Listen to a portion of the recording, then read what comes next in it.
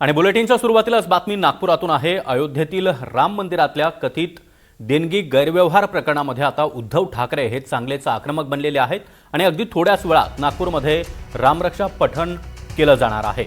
यासाठी उद्धव ठाकरे हे काही क्षणामध्येच या आंदोलनाच्या ठिकाणी दाखल होतील। ठाकरे गटाकडून नागपुरात जोरदार तयारी देखील करण्यात आली आहे। खासदार संजय राऊत त्याचबरोबर अंबादास दानवे यांच्यासह ठाकरे गटाच्या नेत्यांनी या परिसराची पाहणी देखील केलेली होती। रामरक्षा आंदोलनावरून आता नागपुरात मोठा राजकीय संघर्ष पाहायला मिळणार आहे, कारण संजय राऊत यांनी सरसंघचालक मोहन भागवत त्याचबरोबर मुख्यमंत्री देवेंद्र फडणवीस यांना देखील या आंदोलनामध्ये सहभागी होण्यासाठी पत्र लिहिलेलं होतं आणि आता अगदी थोड्याच वेळात उद्धव ठाकरे यांच्या उपस्थितीमध्ये हे आंदोलन सुरू होणार आहे। यापूर्वी मुंबईत देखील दादरमध्ये हनुमान मंदिरामध्ये हे आंदोलन करण्यात आलेलं होतं आणि त्यावेळी रामरक्षा पठण करण्यावरून उद्धव ठाकरे यांच्यावर सत्ताधारी नेत्यांनी निशाणा साधलेला होता आणि त्यानंतर आता थेट नागपुरात हे आंदोलन केलं जात आहे। भाजपच्या एक प्रकारे होम ग्राउंडवर अर्थात नितीन गडकरी त्याचबरोबर देवेंद्र फडणवीस यांच्यासारखे बडे नेते आणि महत्त्वाचं म्हणजे राष्ट्रीय स्वयंसेवक संघाचं मुख्यालय नागपुरात असल्यामुळे शिवसेनेनं नागपुरात हे आंदोलन केलेलं आहे। त्यामुळे मोठा राजकीय संघर्ष या पुढच्या काळामध्ये आपल्याला पाहायला मिळू शकतो। प्रवीण मुधोळकर आपल्यासोबत जोडले गेलेले आहेत। प्रवीण, अगदी काही क्षणात हे आंदोलन सुरू होईल, आता प्रतीक्षा आहे ती केवळ उद्धव ठाकरे यांची।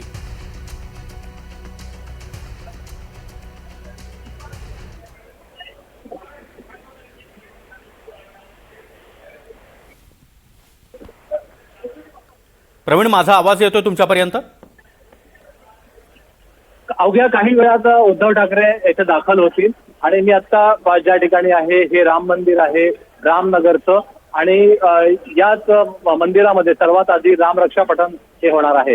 हे इथं खुर्च्या दिसत आहेत, या खुर्च्या ज्या ठेवण्यात आलेल्या आहेत या खुर्चीवरती उद्धव ठाकरे बसतील आणि या खुर्चीवरती उद्धव ठाकरे बसतील आणि रिझर्व्ह जे लिहिला इथं आदित्य ठाकरे संजय राऊत जे आहेत ते इथे बसतील। सर्वात आधी रामरक्षा पठण जे आहे ते केलं जाणार आहे आणि रामरक्षा पठणासाठी इथं मंदिर परिसर जो आहे तो सजवण्यात आलेला आहे। रामनवमीला तसंच मंदिर आज या रामरक्षा पठणासाठी सजवण्यात आलेलं आहे। उद्धव ठाकरे इथं दाखल झाल्यानंतर ते पहिले रामरक्षा पठण झाल्यानंतर ते पुढं बाहेर जो कार्यक्रम आयोजित केला आहे त्या ठिकाणी भाषण द्यायला जातील आणि त्या भाषणामध्ये कोणावर टीका करतात याकडे आता लक्ष लागलेलं आहे। आता अयोध्येच्या राम मंदिरामध्ये या पद्धतीनं भ्रष्टाचार झाल्याच्या घटना पुढे आल्या, दान चोरल्याच्या घटना पुढे आल्या, काही लोकांना अटक या प्रकरणामध्ये झाली आहे। त्यामुळे जोपर्यंत हे संपूर्ण प्रकरण तडीस नेलं जात नाही तोपर्यंत शिवसेना उद्धव बाळासाहेब ठाकरे पक्षाचं हे आंदोलन काही थांबणार नाही असं उद्धव ठाकरेंनी यापूर्वी जाहीर केलं आहे। त्यामुळे रामरक्षा पठणाचा हा नागपूरचा कार्यक्रम झाल्यावर राज्यात अन्यत्रही असे कार्यक्रम होणार आहे। मुख्यमंत्री देवेंद्र फडणवीस यांचं निवासस्थान इथून जवळपास अर्धा किलोमीटर दूरवर आहे, पण मुख्यमंत्र्यांनी या संपूर्ण हे रामरक्षा पठणाचा कार्यक्रम आहे याच्यावर कुठलीही प्रतिक्रिया आज दिलेली नाही आहे। त्यामुळे आज उद्धव ठाकरे इथून काय बोलतात, आदित्य ठाकरे काय बोलतात याकडे लक्ष लागलं आहे आणि राम मंदिरातल्या दान चोरीचा जो मुद्दा आहे जो शिवसेनेनं आता उद्धव बाळासाहेब ठाकरे पक्षानं हाती घेतला आहे त्यावर आता उद्धव ठाकरे काय भाष्य करतात याकडे लक्ष लागलं। प्रवीण, तुम्ही राम मंदिरामध्येच आहात, इथं कोणकोणते ठाकरे गटाचे नेते सध्या दाखल झालेले आहेत आणि महत्त्वाची बाब अशी आहे की मोहन भागवत सरसंघचालक मोहन भागवत यांना देखील या आंदोलनाचं निमंत्रण संजय राऊतांनी दिलेलं आहे, तसं पत्र त्यांनी दिलेलं होतं। त्याचबरोबर मुख्यमंत्री देवेंद्र फडणवीस यांना देखील संजय राऊतांनी पत्र लिहिलं होतं। संजय राऊत हे या संपूर्ण आयोजनासाठी गेले जवळपास 5-6 दिवसापासून डोळ्यात तेल घालून ते प्रयत्न करतायत। सर्वात महत्त्वाची गोष्ट इथं आहे की उपस्थिती जी पाहिजे होती उद्धव बाळासाहेब ठाकरे शिवसेनेच्या शिवसैनिकांची ती तेवढीशी दिसत नाही आहे। पाऊस जोरात सुरू आहे त्यामुळे पावसात तशी उपस्थिती कमी आहे। आता उपस्थित कोण राहणार इथं, तर उद्धव बाळासाहेब ठाकरे पक्षाचे जे जिल्हाध्यक्ष आहे ते विदर्भातून दुरून आलेले आहे।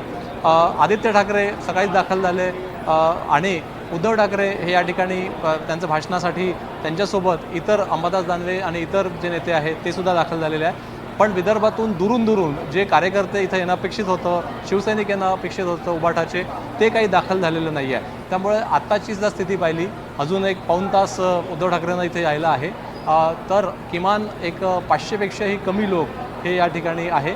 त्यामुळे या कार्यक्रमातून रामरक्षा पठणाचा हा जो शक्ती प्रदर्शन करण्याचं नागपूरच्या रामनगर परिसरात जो प्रयत्न केला आहे उबाटाच्या वतीनं त्याला काय यश मिळतं हे आता उपस्थितीतून कळेल.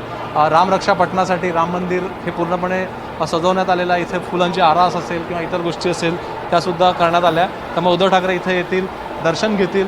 दर्शन घेतल्यानंतर ते पुढं ही जी खुर्ची दिसते आहे त्या ठिकाणी बसून रामरक्षा पठण जे आहे ते करणार आहेत. त्यामुळे राजकीय रंग याला कुठलाही देऊ नका. जय शिवाजी जय भवानी याच्या पलीकडे कुठलीही घोषणा इथं दिली जाणार नाही याची तंबी ही शिवसैनिकांना उभाटाच्या देण्यात आलेली आहे. त्यामुळे इथं कोणतेही राजकीय कार्यक्रम करू नका. मंदिराच्या बाहेर जे स्टेज लावलं आहे तिथे राजकीय भाषणबाजी काय करायची आहे ते करा, पण मंदिराच्या आत कुठल्याही पद्धतीनं उभाटाची घोषणाबाजी किंवा उभाटाचे भाषण मुलाखती किंवा रिॲक्शन कोणीही देऊ नका असं पक्षाच्या अंतर्गत सगळ्या नेत्यांना सांगण्यात आलं आहे. नक्कीच प्रवीण, तुम्ही असेच आपल्यासोबत राहा. या आंदोलनावरून आता राजकारण देखील चांगलंच रंगलंय. आमचं आंदोलन अराजकीय आहे अशी प्रतिक्रिया खासदार संजय राऊतांनी दिली आहे. तर हिंदुत्वाशी केलेली प्रतारणा झाकण्याचा हा प्रयत्न असल्याचं भाजपचे मुख्य प्रवक्ते नवनाथ बन यांनी म्हटलं आहे.